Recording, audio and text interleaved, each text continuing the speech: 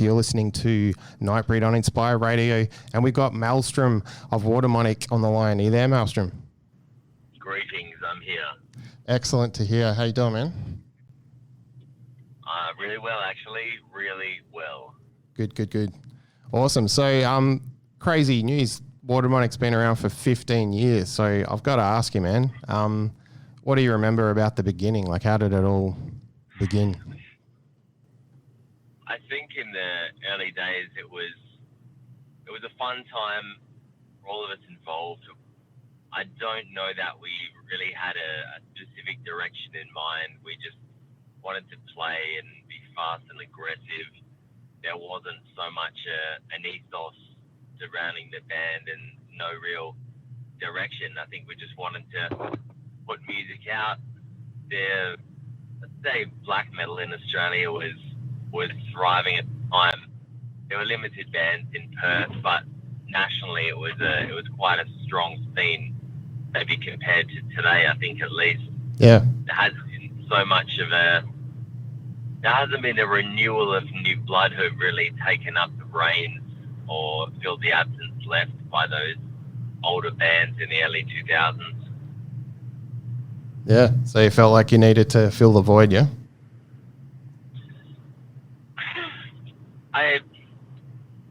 Nowadays, I think the void isn't being filled.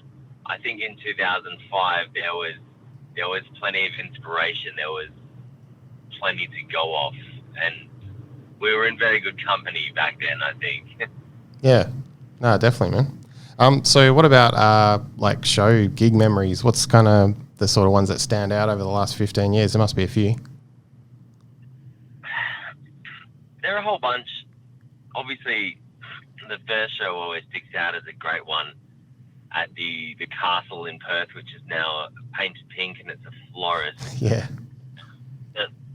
That was a good place to play.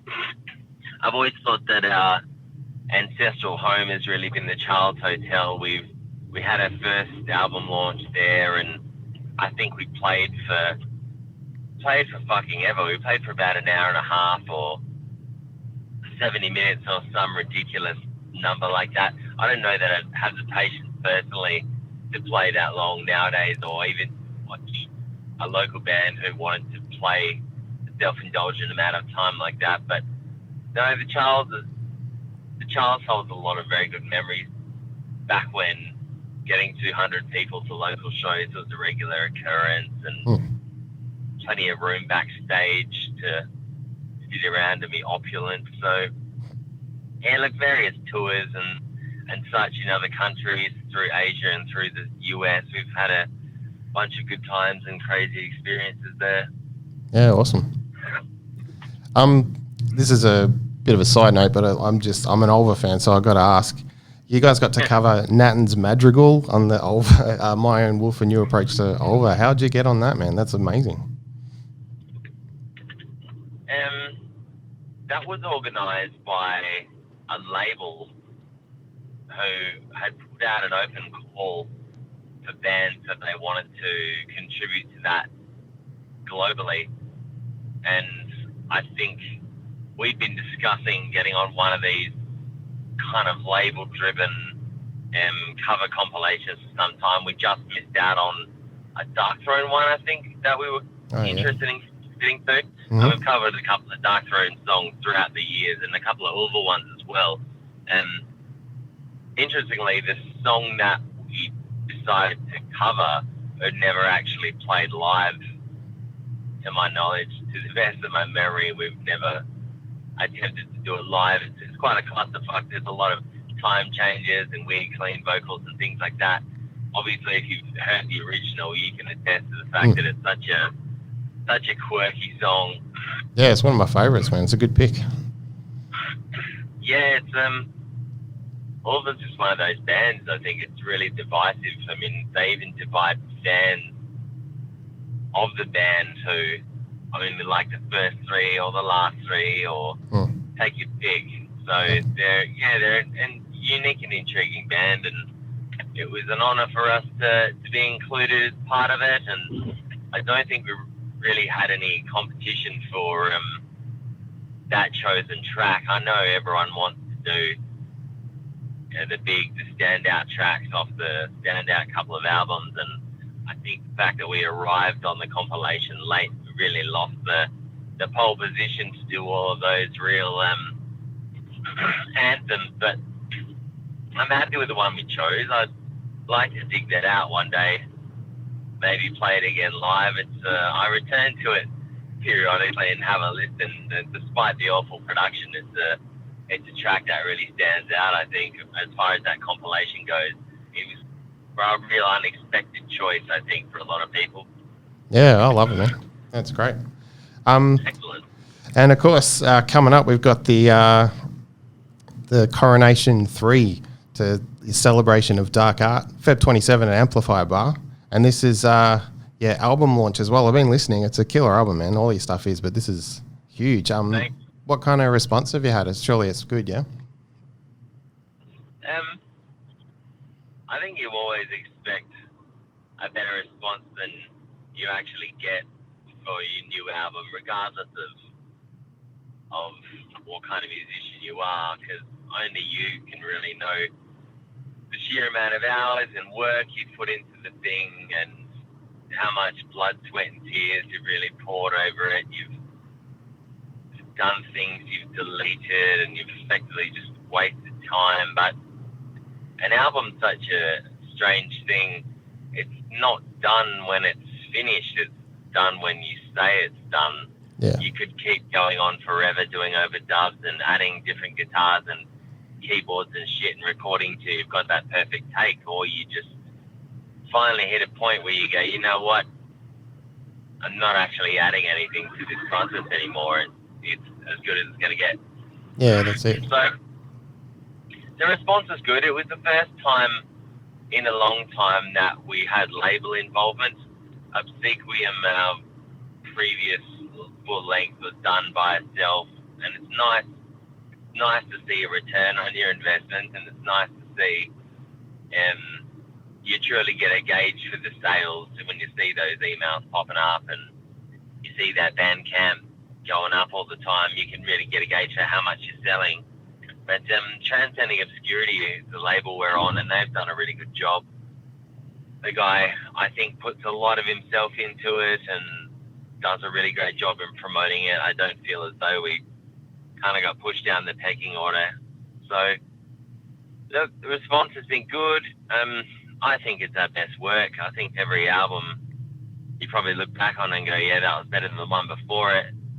It's a unique position to be in as a musician, whereas whenever I listen back to other bands' back catalogues, you go, oh, they hit their sweet spot 1994, 1998 was probably good, and they haven't been that good since. But when it's you actually recording the albums, you always can tell each consecutive album is just better than the previous one. So in that way, maybe it's hard to remain objective because you have an idea as to how it's going to be.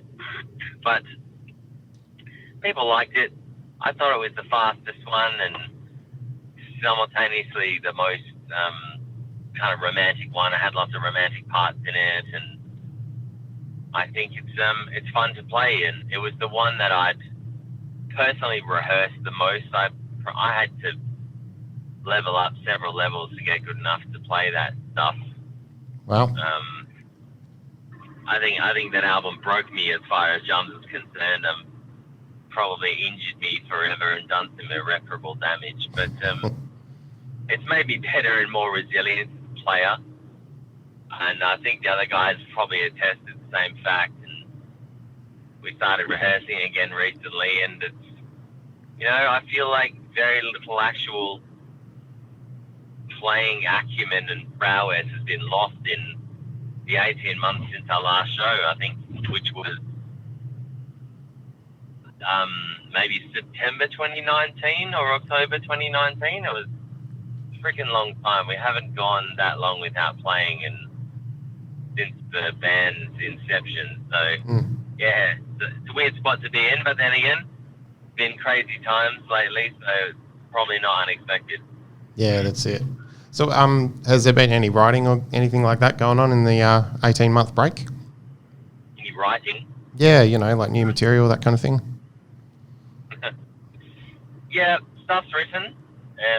Brad is the Blitz bass player is the sole music writer now, and the past two albums, one other member has contributed one song out of a possible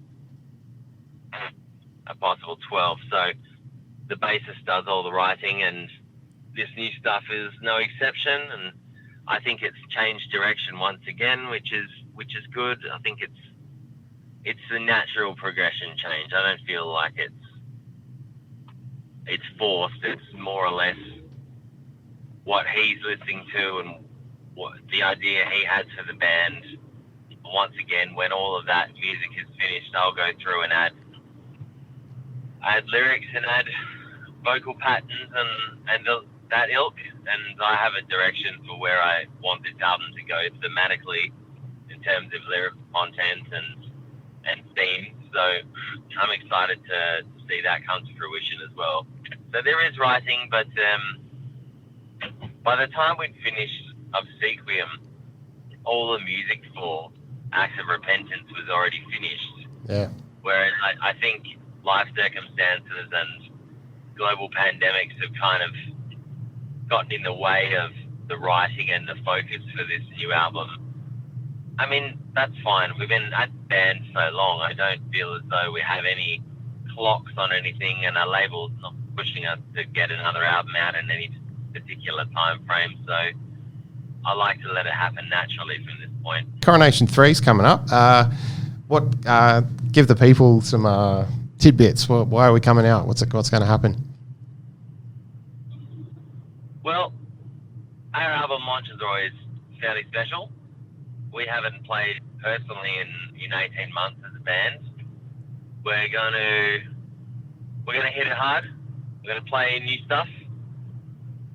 We've got an amazing collection of bands who are gonna play along with us. Previous Coronation shows have never acted as our album launches, really. They've always just been circumstantial, and we've included bands from Asia and bands from other states and things, which have kind of made them a bit more peppy. But given that we haven't played in so long, I think we wanted this one to be special. So we've got Bloodlust featuring some of my favourite local musos. It's so hard to write catchy black metal, and Bloodlust absolutely nail it every time. They do. We've got Solemn on the bill as well. I think that might be their last show in some time. We've got Woe Warden, who were formerly Cancer. They're fantastic, featuring some ex-Wardaemonic members and probably one of my favourite local drummers as well. And Flesh Worship, who've recently gone 2 dudes to 3 dudes. They're pretty great as well. They actually come right out of left field and surprised me. I tried to get some bands from kind of the other half of the Perth black metal scene. There's almost 2 halves to it, and they kind of stay mutually exclusive to each other. So I tried to include a couple of bands from that half of the scene, where possible. I only managed to get one, but hopefully we can drag some dudes from those crusty gigs across and make it a great night. So yeah, I think it's going to be fantastic. They're going to let us. The venue's going to let us play for longer than they let other bands play, so it's going to be a uniquely, supremely dark evening, and way better than watching a cover band.